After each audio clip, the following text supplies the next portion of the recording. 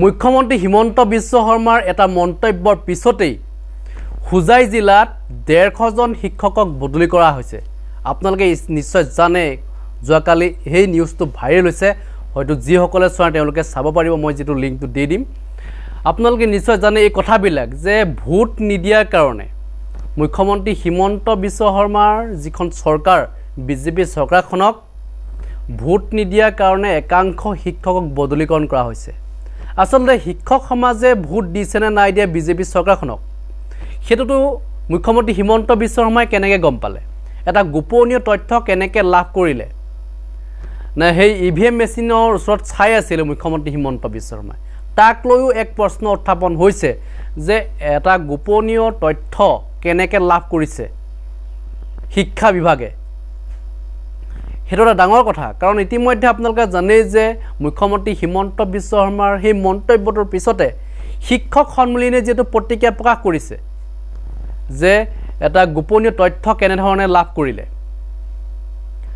আৰু এই যে বদলিকৰণ প্ৰক্ৰিয়াটো এই বদলিকৰণ প্ৰক্ৰিয়াটো লৈ ইতিমধ্যে এক চৰ্চা হৈছে কিছুমান স্কুলত কি আছে শিক্ষক আছে 3 জন বা 4 জন ছাত্ৰ ছাত্ৰী আছে প্ৰায় এটা শ্ৰেণীত প্ৰায় 50-60 জন মান ছাত্ৰ ছাত্ৰী আছে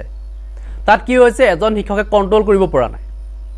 আৰু তাৰ পৰাও যদি বদলিকৰণ কৰা হৈছে তেতিয়া হলে তো আৰু ডাঙৰ কথা হ'ব কাৰণ এনেকুৱা কৰিলটো সমস্যা হৈ যাব যেটো আপোনালোকে জানে যে এতিয়াও শিক্ষকৰ সমস্যা আছেই যে যিমান শিক্ষক লাগে সিমান শিক্ষক নাই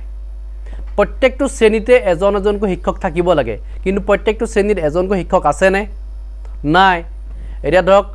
4টা শ্ৰেণী আছে তাত 2জন শিক্ষকে আছে সেই দুটা শ্ৰেণীত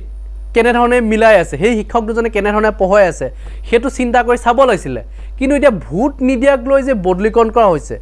এটো সমস্যা নকৰিব জানো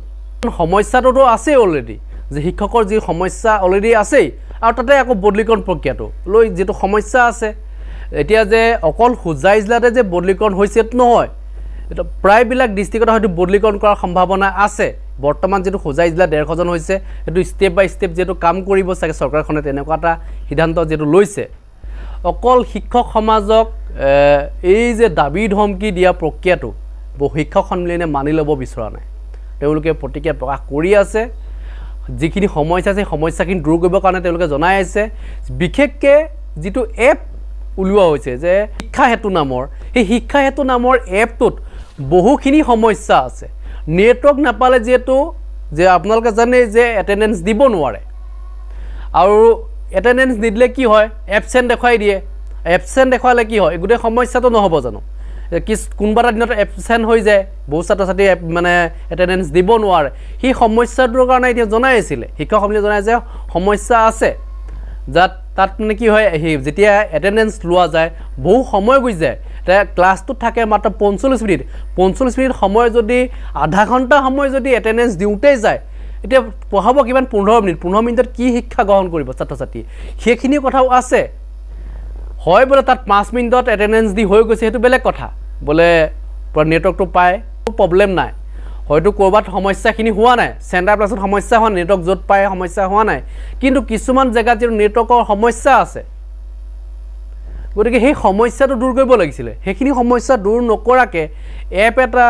উলিয়াই দিছে সেই এপটোত এটেন্ডেন্স দিব লাগে কিন্তু কিছুমানে দিব পাৰিছে কিছুমানে দিব পৰা নাই যাৰ কাৰণে ইতিমধ্যে সমস্যাৰ সৃষ্টি হৈছে গতিকে সেইখিনি সমস্যা দূৰ কৰিব লাগিছিল আগতীয়াকৈ যে গোটে সকলো সমস্যা দূৰ কৰাৰ পিছত যদি শিক্ষা বিভাগে বদলিকৰণ কৰে শিক্ষকক মানে বৰখাস্ত কৰে নিলম্বন কৰে এখিনি কৰি থাকক শিক্ষকৰ সমস্যাটো কিন্তু দূৰ কৰিব লাগিছিল কিন্তু সেইখিনি সমস্যা দূৰ হোৱা নাই যাৰ কাৰণে কি হৈছে মানে ৰেচনেলাইজেশ্যন যেটো প্ৰক্ৰিয়া সেই ৰেচনেলাইজেশ্যন প্ৰক্ৰিয়াটোৰ ক্ষেত্ৰতো এটা লেহেমিয়া হোৱাৰ কাৰণে কি হৈছে কিছুমান বিদ্যালয়ৰ ছাত্ৰ ছাত্ৰী বেছি শিক্ষক কম কোবাত আকৌ শিক্ষক বেছি ছাত্ৰ ছাত্ৰী কম এনেকুৱা যেটো হৈ আছিল এতিয়াও যদি হৈ আছে গতি সেইখিনি প্ৰক্ৰিয়া অতি সোনকালে শেষ কৰিব লাগে আৰু লগতে যে এই যে এলপিইউপি যি ইতিমধ্যে 5000 পদৰ যি নিযুক্তি হ'বলৈ গৈ আছে সেই নিযুক্তি যি merit list first provisional merit list কেতিয়া প্ৰকাশ হ'ব সেই সম্পৰ্কে যেটো বহুতে জানিব বিচাৰি আছে আৰু তেওঁলোকে এই প্ৰতিক্ৰিয়া প্ৰকাশ কৰিছে যে 6 মাহ দিন পাৰ হ'ল 6 মাহ দিন পাৰ হোৱাৰ পিছতো আজিলৈকে ফাৰ্স্ট প্ৰভিজনেল মেৰিট লিষ্টে প্ৰকাশ নহলে অতি দুৰ্ভাগ্যজনক কথা এনেকুৱা সমস্যা পূৰ্বতে হোৱা নাছিল তেওঁলোকে ভাবিছিলে যে মেৰিট লিষ্ট প্ৰকাশ হ'ব তেওঁলোকে চাকৰিটো লাভ কৰিব এনেকুৱাকৈ হয়তো বহুতে ভাবি আছিলে বেলেগ ধৰক চাকৰিৰ কাৰণে তেওঁলোকে প্ৰিপেৰেশ্যন কৰা নাছিলে বহুতেই মানে তেওঁলোকে কৰিব কিয় লাগে যেটো তেতত পাবই তেওঁলোকে হেতু ভাবি আছিলে কিন্তু হেতু আজিলৈকে হোৱা নাই তেওঁলোকৰ মেৰিট লিষ্টত নাম আহিব নে নাহে হেকিন তেওঁলোকে নিশ্চিতকৈ এতিয়া জানিব পৰা নাই কিমান কাট অফ যাব পাৰে হেকিনিও তেওঁলোকে জানিব পৰা নাই কাৰণ এইবাৰ নতুন প্ৰচেছত যে নিযুক্তি হ'বলৈ গৈ আছে পূৰ্বৰ যেটো প্ৰচেছ আছিল সেই প্ৰচেছৰ মতে যেটো এবাৰ নিযুক্তি নহয় এবাৰ যেটো পাৰ্চেন্টেজ হয় যে ভাগ ভাগ কৰি দিছে টেটৰ পৰা 85% এলপি কাৰণে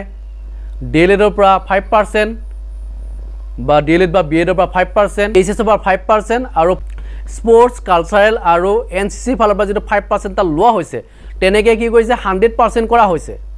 এলপি কাৰণে ইউপি কাৰণে ঠিক একে ধৰণে টেটৰ পৰা কিমান লোৱা হৈছে 80% ডিএলএডৰ পৰা 5% বা বিএডৰ পৰা 5% এইচএছৰ পৰা 5% ডিগ্ৰীৰ পৰা 5% স্পৰ্টছ কালচাৰেল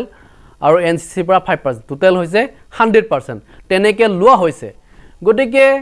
যেটো তেনেকে লোৱা হল এবাৰ যেটো নতুন এটা পদ্ধতি কৰা হৈছে গটিকে সেই পদ্ধতিৰ কাৰণে কি হৈছে সংখ্য পাৰ্টিয়ে তেওঁলোকৰ মেৰিট লিষ্ট নাম আহিব নে নাহে তেওঁলোকে জানিব পৰা নাই যেটো পূৰ্বৰ কাট অফৰ লগত এবাৰ কাট অফটো হয়তো নিমিলিব তেওঁলোকে এতিয়া সমস্যাত পৰিছে যে মেৰিট লিষ্ট কেতিয়া পোৱা হ'ব যে মেৰিট লিষ্ট প্ৰকাশ যদি হৈ যায় তেতিয়া হল তেওঁলোকে যদি নাপায় তেতিয়া বেলেগ এটা চাকৰি কাৰণে তেওঁলোকে পঢ়িব কিন্তু সেই প্ৰচেছটো হোৱা নাই এতিয়া এই যেটো সমস্যা এই সমস্যাটোৰ কাৰণে বহুতেই কি কৰিছে দাবী জনায় যে অতি সোনকালে ফাৰ্ষ্ট প্ৰভিজনেল মেৰিট লিষ্ট প্ৰকাশ কৰিব লাগে আমাৰ ফালৰ পৰা যেটো জনোৱা হৈছে গতিকে মই ভাবো অতি সোনকালে যাতে মেৰিট লিষ্ট প্ৰকাশ কৰে শিক্ষা বিভাগে বিবেচনা কৰি কথাখিনি যেটো এতিয়া নিৰ্বাচন শেষ নিৰ্বাচনৰ পিছত তেওঁলোকে মেৰিট লিষ্ট প্ৰকাশ কৰিব লাগিছিলে কিন্তু আজি পৰ্যন্ত মেৰিট লিষ্ট প্ৰকাশ কৰা নাই গতিকে মোৰ ফালৰ এইখিনি মই জনাবলগীয়া আছে যদি আপোনাৰ কিবা ক'বলগা আছে নিশ্চয় কমেন্ট সেকশনত লিখিব নেক্সট পৰৱৰ্তী পৰ্যায়ত মই আৰু এটা ভিডিঅ' বনাই আপোনালোকক নিশ্চয় জনাম এইখিনি মই জনাইছো ধন্যবাদ জয় অসম